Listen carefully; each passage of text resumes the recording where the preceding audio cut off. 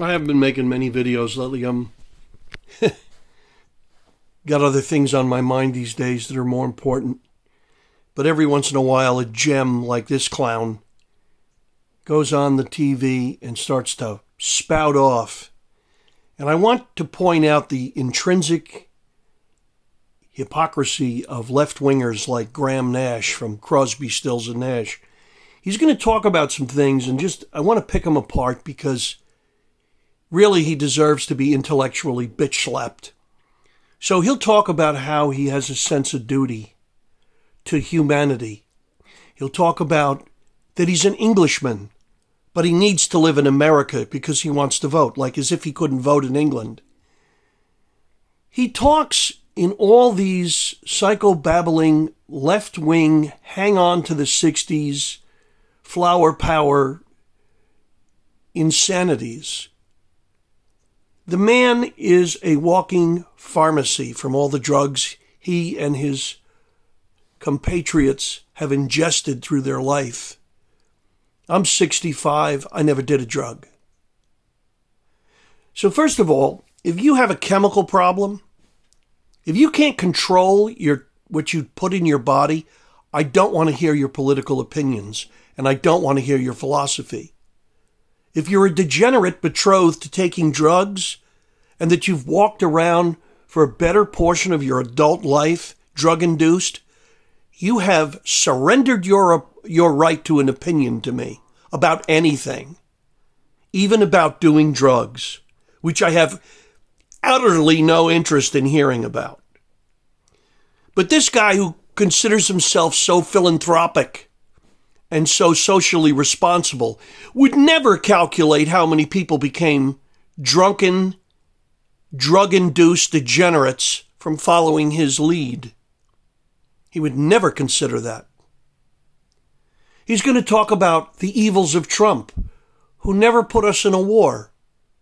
And 2 years after this, with Biden as our president, Biden took all of a matter of hours to invade Syria. Hours! Right? So much for peace and love. So really, when you hear this guy's lies, understand what he really hates. The very thing that's made him rich, capitalism. Because he's a communist. But like all communists that have risen to power and fortune and fame, they don't ever relinquish their money or power. This guy is a stone-cold $100 to $400 million entertainer. He may be worth $1 billion, but he's worth well over $200 million. And he shoots his mouth off like he's eating gruel and picking potatoes, the grapes of wrath. Let me tell you something about people like Graham Nash. Number one, dummy, you must understand something.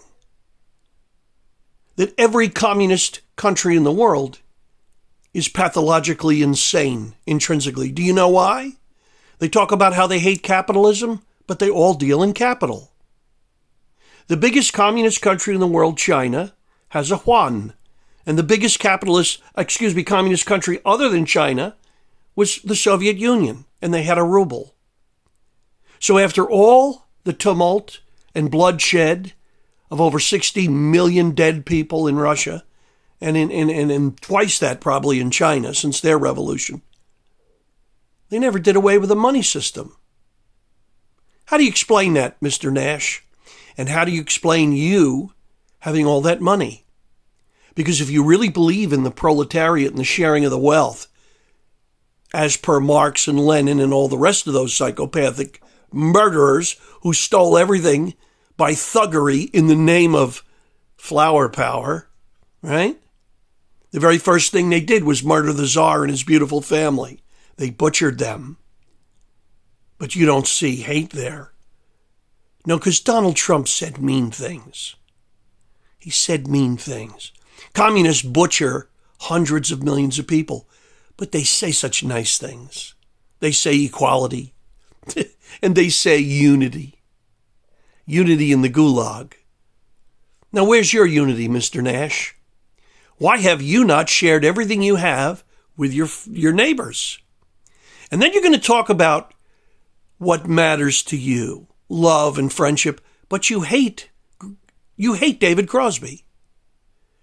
You have nothing to do with Neil Young, and you never could get along with him because your proprietary jealousies wouldn't allow it. Oh, how communistic. How sharing of the wealth. You know, do you ever not realize what a hypocritical psychopath you are at pushing 80 years old? Are you going to go to your grave stoking the furnaces of inanity for the rest of your time on this planet and never have an honest moment where you say, wow, what if I'm completely full of shit? So let me invite you to have your epiphany. In the meantime, let me be the guy to tell you how utterly, contemptibly, and psychopathically full of shit you are. And the minute you give everything to the poor, and I mean everything, I'll believe you. And the minute you tend your own garden and stop going around like an intellectual bully with a guitar in your hand, trying to unload your diatribe and psychobabble on the public. Because that's not what an artist is supposed to do. You want to express yourself in a song? I don't mind it. But when you get up and talk like you're some kind of authority on morality, when you're a drug-induced degenerate most of your life, okay? When you've come to my country, Englishman, red coat, and you've stolen a part of our nation's wealth through your music, yeah, that's right, I said it. Bringing your English debauchery here, you're a debauched race. Read about the 100 Years' War. One episode of thuggery and slaughter after another. That never happened here, pal. You could sing about the 4 dead in Ohio till your teeth fall out.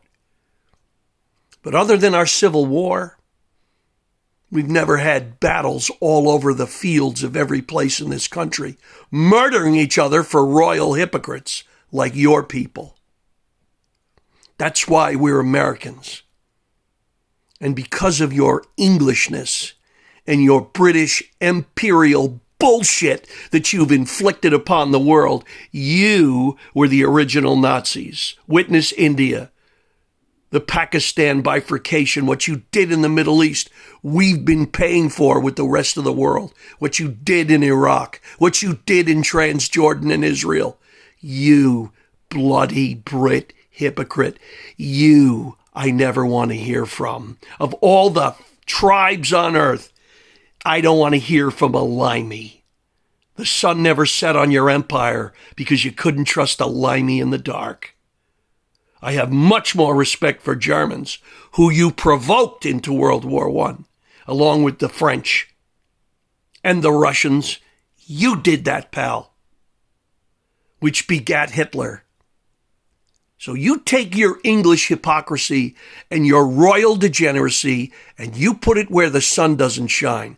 But don't you come here and pontificate like you're some kind of bastion of morality, either as an English person or as a human being and an entertainer. You are a degenerate, drug-induced moron.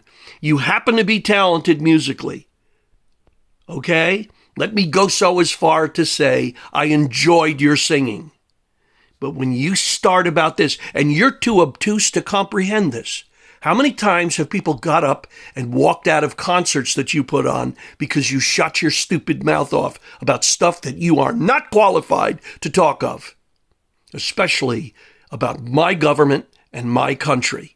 You are not an American. You may have a paper that says you're a citizen. You are not American. If you're not born and raised here, you are not an American.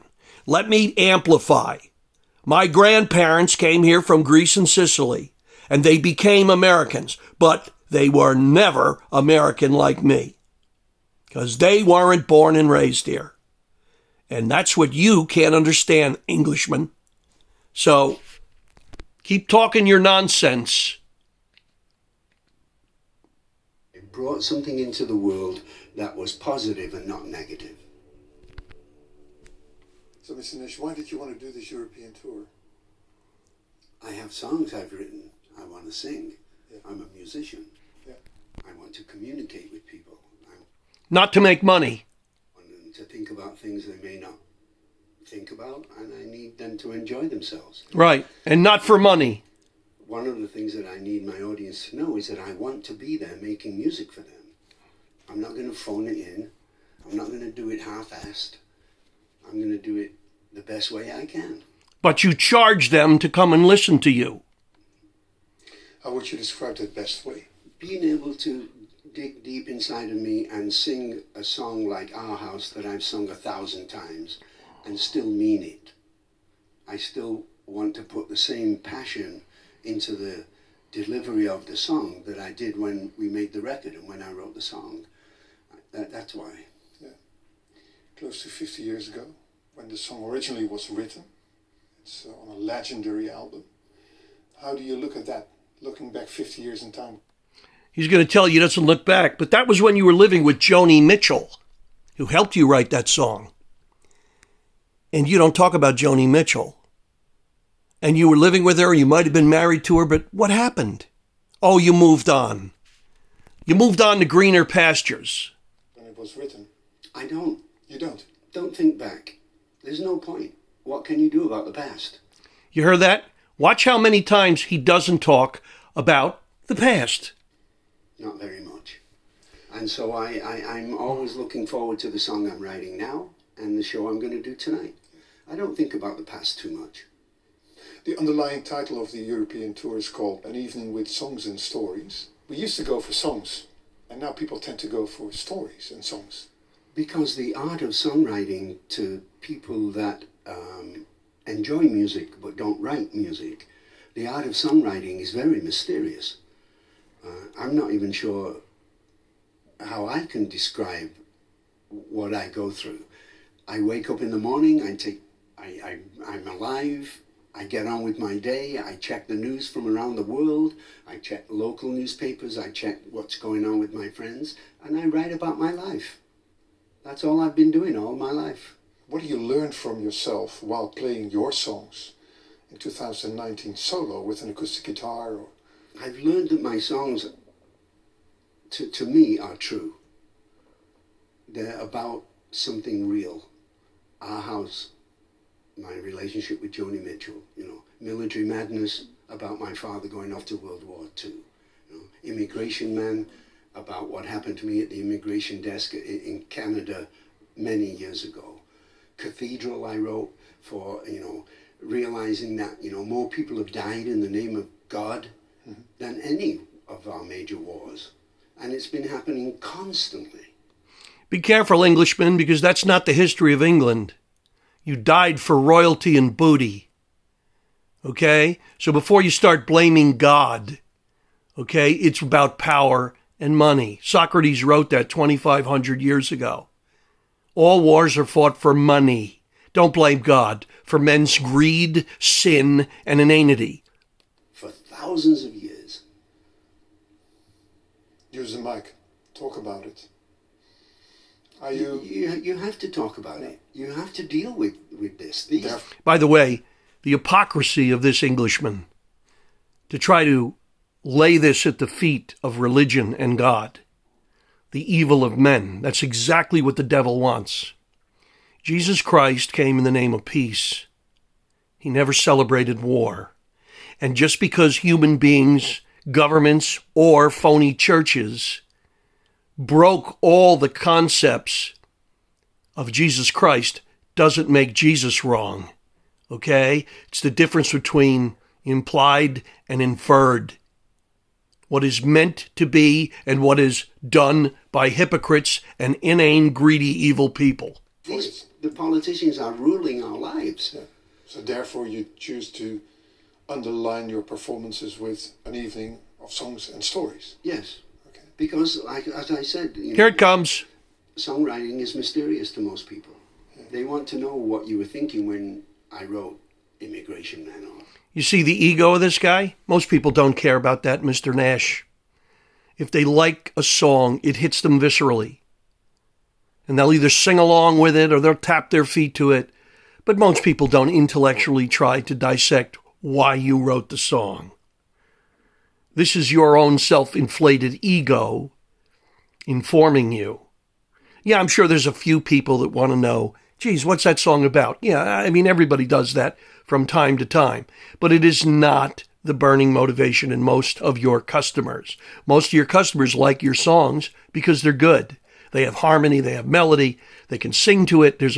That's why. Nobody's sitting here laying up at night wondering, what did that mean? Why did Wind on the water or whatever, you know. They want to know how you do that. Self-aggrandizing. I'm not sure I know. What song do you like the most of your total oeuvre at this moment? Because it's probably moment restricted to moment. That changes daily, you know. It changes daily. Because I've been on my own for the last couple of years, I've been able to sing songs that I never got a chance to sing and that have never been performed publicly. And right now, we're doing a song that was on... Was that because your compadres didn't want to give you airtime to sing your songs because of their egos? Was it their greed that wouldn't allow them to let you perform those songs? Or was it because they really weren't that good? I wonder. The CSN album with the boat on the cover, called Carried Away. And I've just started doing it. I think it's a beautiful song. And my songs are true to me. They're about real instances. Yeah. I started doing a radio and TV program called 2 Meter Sessions. I invited David Crosby about 4 or 5 times. My first interview with David Crosby was in Muiden, where his original Dutch ancestors come from, the Van Cortlands. Yes. How do you look at someone who influenced your voice and your way of singing and your life so much at this very moment? I was a singer way before I ever met Crosby. I've been singing since I was 13 years old. Yeah. Nobody influences me. How about that? Isn't that so big of him? David Crosby and Stephen Stills had nothing to do with influencing him. I've heard him say at least a dozen times in interviews the magic that came when they first sang together at Joni Mitchell's house. It was combustible. It was instant. And they formed this terrific harmony together. And they were all under each other's influence. But here he is denying it. His way of singing must have influenced your voice as well. Maybe. But, you know, David and I made some very fine music together. He said begrudgingly. And I'm sad that part of our life is over. Yeah. But, you know, look what we did. We tried our best to bring good music into the world. Well, you just told that you started singing at the age of 13. And what I actually meant was you meet people who tend to influence. I brought something into the world that was positive and not negative. You still believe in the power of music? Yes. Absolutely. Why am I here in Belgium if I didn't? We have a chance to make money in America, and you can speak your mind. You know. Oh, and you couldn't in England. Countries, CSNY could never have existed. You know, but in America you can. Yeah. It's going through incredible changes right now. But oh, really? I do feel that democracy is the best way to go, and I do feel that we will come out of this Trump administration eventually. Being born in Blackpool, I was. And having lived in Manchester. Mm-hmm. So he's taking his shots at Trump. I wonder today what he's thinking of Joey Biden with thousands of National Guard troops all around Washington, D.C., military laws, right? I mean, martial law. Trump talked about maybe doing it to save the cities from destruction from the left-wingers. This clown hates Trump, but he never sent a soldier to a single city. And having been influenced by Liverpool, of course, is there still something British in you after having lived so long in the United States of America? Yeah, but I'm English. Yes, you are. English. There's nothing else I can be but English. A limey SOB. But I found a country in America that I wanted to be a part of. And infect. I didn't want to throw musical hand grenades, you know, from afar. I wanted to be a part of the country. Yeah. And that's why I became an American to kill it from within. 40 years ago. Right. Why didn't you do that in England, pal? 2019, quite a historical day. Why? Boris Johnson in Great Britain. Do you think it's really important? I don't know. Yeah. There's so much going on that is completely unimportant. See, English politics aren't important, but he keeps taking shots at our president. But English politics aren't important. Brexit, what the little people want from the great proletariat here. We tend to focus on small things, and that's what's happening in the United States right now. We're a nation of headlines, but the headlines keep coming every hour instead of every day. And so... But he doesn't live in the past. So Marshall McLuhan was wrong. And so in the age of electronic mass media, he's begrudging the fact that people have the access and the right to call out whatever media information they want. He has a problem with this. Like, for instance, the school shooting in Florida, in Parkland School. Yeah, let's go back 5 years and talk about that. Watch this. Where, 17 kids were killed, right? When did you last talk about that? Oh, but we don't live in the past, said Graham Nash. But you want to ruminate over it because you want to assign guilt. And even though it was a left-wing homosexual that did the killing, in your mind, you want to just pin it on Republican ideals. Because we like guns, even if we don't like murdering people. No, that's the purview of the left. Okay?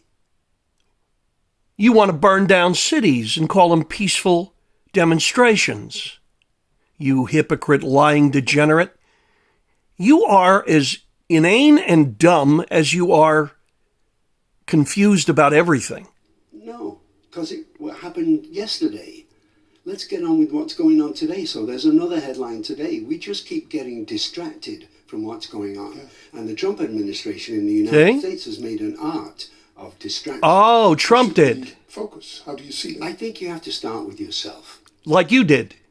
I think you have to start with the area where you live. Let's make sure all the litter is picked up. Make sure it's all clean. Right. Make sure that your friends know that you love them. Like David Crosby. Let's get back to ourselves, because the Trump administration is taking people out of themselves. Oh, yes, that's right. He's performing exorcisms. Religion, or just different than them, and he has given voice. So here's this stone-cold, multi-hundreds of millions of dollar millionaire sitting there with his T-shirt and his dungaree jacket, trying to be so down home. He's 80 years old. He's still got his hair coiffed. He's still hanging on like a horny schnauzer to someone's lower leg to 1970 with his burned out political nonsense from yesteryear. David, go away. Really, it's time for you to go away. Let some young troubadour step up and give him the limelight. You've had your run. You've had your time. You've certainly polluted the political arguments long enough.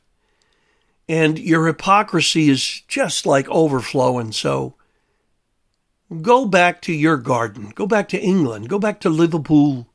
Go tend your own garden, darling. Leave us alone. Okay?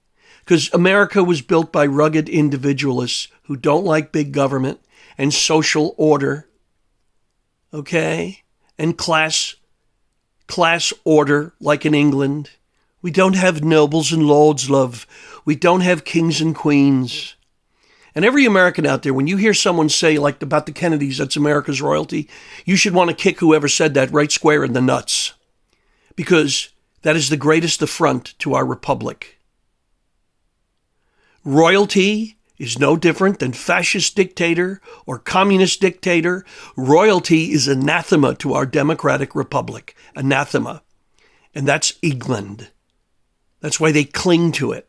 And that's why this guy describes himself as an Englishman. Because for all their talk, they can't begin to divorce themselves. They love puffing their chests at the Queen's birthday, watching the trooping of the colours. Right? You hypocrite, moron, limey. Go back to the Mersey.